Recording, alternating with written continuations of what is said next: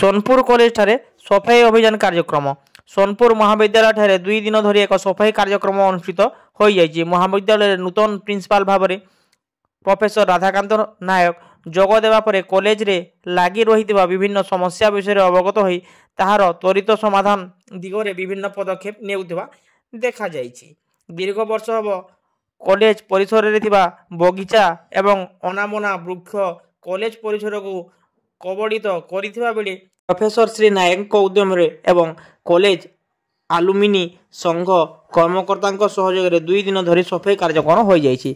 एही सफाई अभियान रे आलुमिना संघ को प्रत्यक्ष सहयोग करथिले भुरसापाली और लुपुरसिंगा युवगोष्ठी। बिना पारिश्रमिक नहीं सेवा मनोवृत्ति नहीं प्रथम दिन 7 जन और द्वितीय दिन 13 जन युवगोष्ठी टांगिया 3 गोटी ग्रास कटर मेसीन गोटे गछकटा मेसीन केवल तेल खर्च नहीं आलुमिना संघ को सहयोग करथिले। एही सफाई अभियान रे भुरसापाली और लुपुरसिंगा ग्रामर आलुमिनी संघर कर्मकर्ता बलदेव देहरी सह व्यासदेव महाकुड़ राधाकांत महालिंग राजीव बस्तिया झांटू बरिया संग्राम दास जगन्नाथ मेल्ली और रजत मेल्ली प्रमुख सह 13 जन युवगोष्ठी सामिल होइतिले।